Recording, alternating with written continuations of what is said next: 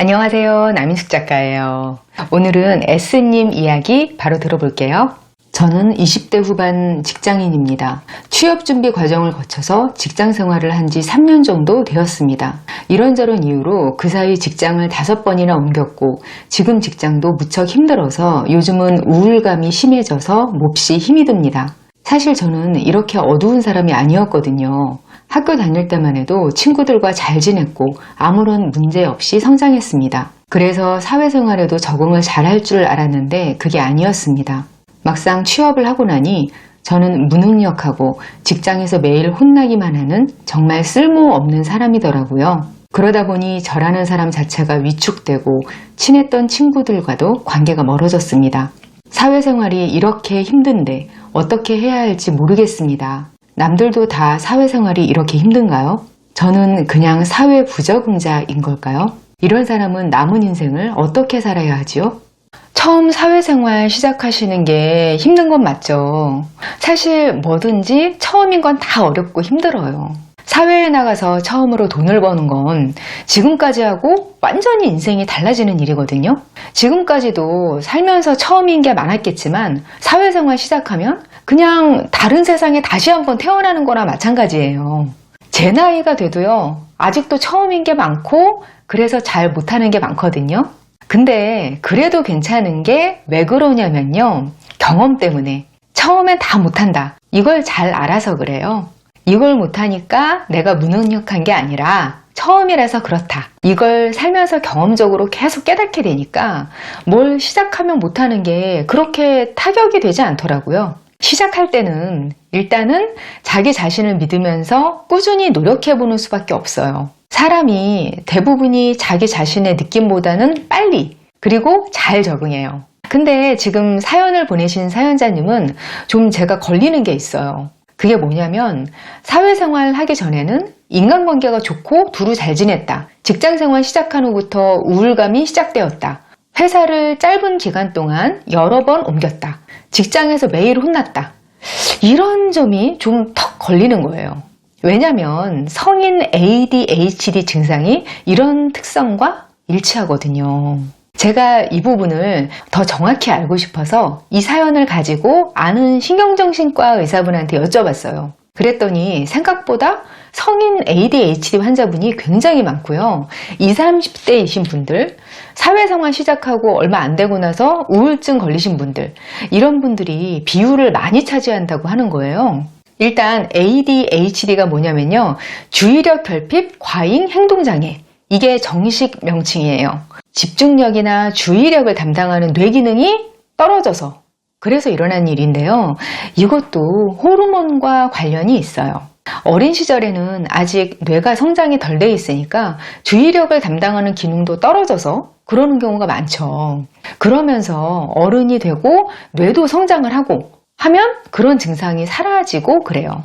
그래서 원래 애들은 어수선해, 어른 되면 괜찮아져, 이런 인식이 있는 거죠. 근데 어릴 때 ADHD가 있었던 사람 중에서 한 50%에서 60% 정도는 그 증상을 그대로 가지고 어른이 된다는 거예요. 어른이 되면서 사회화 과정을 거쳤으니까 어릴 때처럼 표현은 이제 안 해요. 그래서 겉으로는 티는 안 나고 자기 자신도 미처 생각을 못 하는데 이게 성인으로서 제대로 된 인생을 사는 데에 지장이 있는 거죠. 이게 학생 때까지는 대체로 괜찮아요. 자기가 좋아하고 원하는 일을 바짝 잘할 수도 있고 똑똑한 사람은 또 나름대로 능력 발휘를 하기도 하고 그렇거든요. 자기가 ADHD 증상 때문에 엄청나게 불편할 일이 그렇게 없단 말이에요. 그런데 사회생활 시작하면 달라져요. 왜냐면 돈 받고 일을 하기 시작하는 거잖아요. 지금까지처럼 내가 할 수 있는 만큼만 공부하고 사람들하고 잘 지내고 이런 게 더 이상 안 통한단 말이에요. 아무리 사소하더라도 내가 맡은 일만큼은 집중해서 완벽하게 마무리해야 하는 게 사회생활이에요. 실수라는 걸 기본적으로 하면 안 돼요.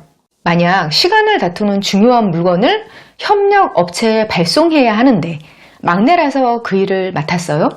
그 일 자체는 어렵거나 비중이 큰 일은 아니에요. 근데 어머나, 주소를 잘못 적은 거예요. 전화번호도 안 적었어요. 일의 비중은 작아도 결과는 엄청날 수 있죠. 제 시간에 물건이 못 가서 회사에 엄청나게 손실이 나게 됐어요. 이런 일이 반복되면 어떤 직장 상사가 화를 안 내겠어요. 이런 경험이 계속 반복되면 우울증이 생기고 사회 공포증이 생길 수도 있어요. 제가 말씀드리는 건 전부 대한소아청소년 정신의학회 성인 ADHD 연구회 자료에 나와 있는 거거든요. 거기 자료를 보면 성인 ADHD는 그냥 좀 산만하고 실수를 잘하는 것, 그걸로 끝나지 않고 여러 가지 다른 병들도 같이 와요. 85%가 다른 질환을 같이 가지고 있다고 해요. 그 중에서 가장 비율이 높은 게 사회공포증이에요. 한 30% 정도 된다고 해요. 그 다음으로 흔한 게 간헐적 활성장애, 그 다음이 주요 우울장애. 그러니까 사회생활을 시작하고 나서부터 이런 증상이 시작된 젊은 분들, 성인 ADHD 때문에 그런 가능성이 꽤 있고요. 또 치료가 가능하니까 좀 의심스럽다 싶으시면 신경정신과에 가서 검사를 받아보시면 좋겠어요.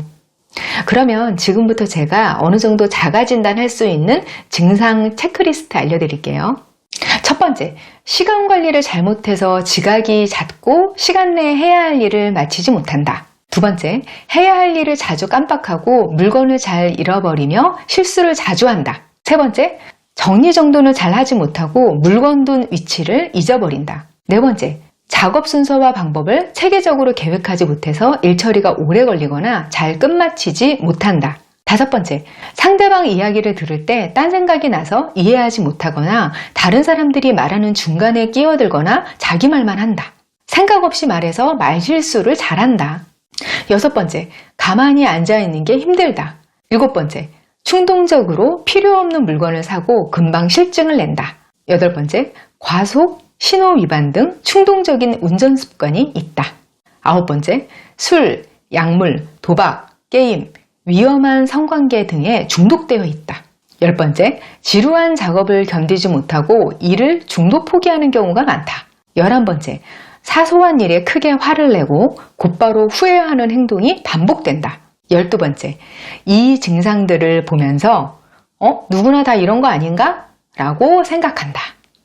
이 리스트들을 보니까요, 평범한 사람들도 다들 한두 가지쯤은 갖고 있는 특성들이에요.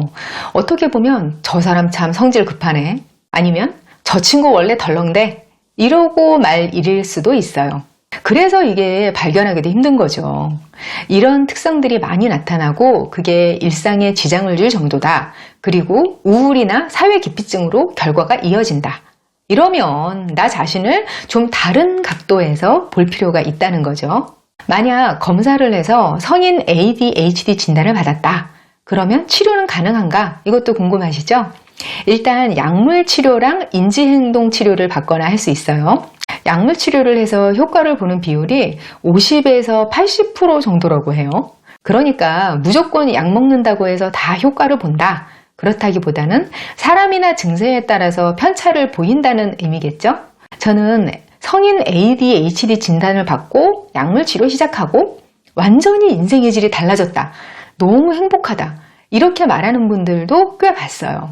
이야기를 들어보니까요, 내가 내 의지대로 나를 조절할 수 있는 기분이 든대요. 말을 한 번 하면 멈출 수가 없이 막 말하고, 한 번 업되면 무슨 몹쓸 약이라도 먹은 것처럼 막 한없이 올라가고, 반대로 우울해질 때는 또 한없이 우울해져서 못 나오고, 어떤 일에 가만히 앉아서 집중을 꼭 해야 하는데 그걸 못하고, 이런 게 정상이 아니었다는 걸 괜찮아지고서야 깨닫게 됐다고 하더라고요. 당연히 일도 더 잘하게 되고 일상적인 실수도 확 줄어들죠. 그런데 약물 치료에만 전적으로 의존하시기보다는 행동이나 마음을 조절하는 공부나 치료, 이런 것도 같이 하셔야 효과가 좋다고 해요. 충동적으로 행동하던 습관도 고쳐보려고 하고, 시간이나 일상을 스스로 관리하는 것도 노력해보고, 그렇게 하는 거죠. 인지행동 치료도 약물 치료랑 같이 해주면 효과가 더 좋다고 합니다. 이거 조심하셔야 할 게, 사연자님이 성인 ADHD다, 이렇게 제가 진단하고 있는 게 아니라는 거예요. 아셨죠? 제가 의사가 아닐 뿐더러 의사라고 해도 이런 부분적인 사연만으로는 알 수가 없어요. 그냥 가능성을 열어두시고 한번 알아보시라고 권하는 것일 뿐이에요. 사회생활을 시작하면 힘들고 아픈 부분이 분명히 있어요. 초반에 말씀드렸듯이 자신을 믿고 익숙해지면 분명히 좋아져요. 근데 익숙해질 때까지 진득하게 있어도 봐야 그 과정이 완전히 내 것이 돼요. 그런데 노력해도 도저히 안 되고 아니면 노력하려는 노력조차 안 된다? 이 정도면 한 번쯤 검사 받아보시면 좋겠죠. 시청자 여러분, 우리 사람이요. 생각보다 나를 내 맘대로 잘 못해요. 그걸 조금씩이라도 해나가면서 내 한계도 깨닫고 한 걸음이라도 나아갔다고 또 확인하고 그런 게 바로 성장이거든요. 아주 대단히 출세하는 게 성장이 아니에요. 우리 어른성장학교에서 같이 성장하면서 진짜 어른이 되면 좋겠어요. 저와 더 깊은 소통을 하고 싶으시면 네이버 카페 어른성장학교로 오세요. 저는 다음 시간에 다시 여기서 만나요. 기다릴게요.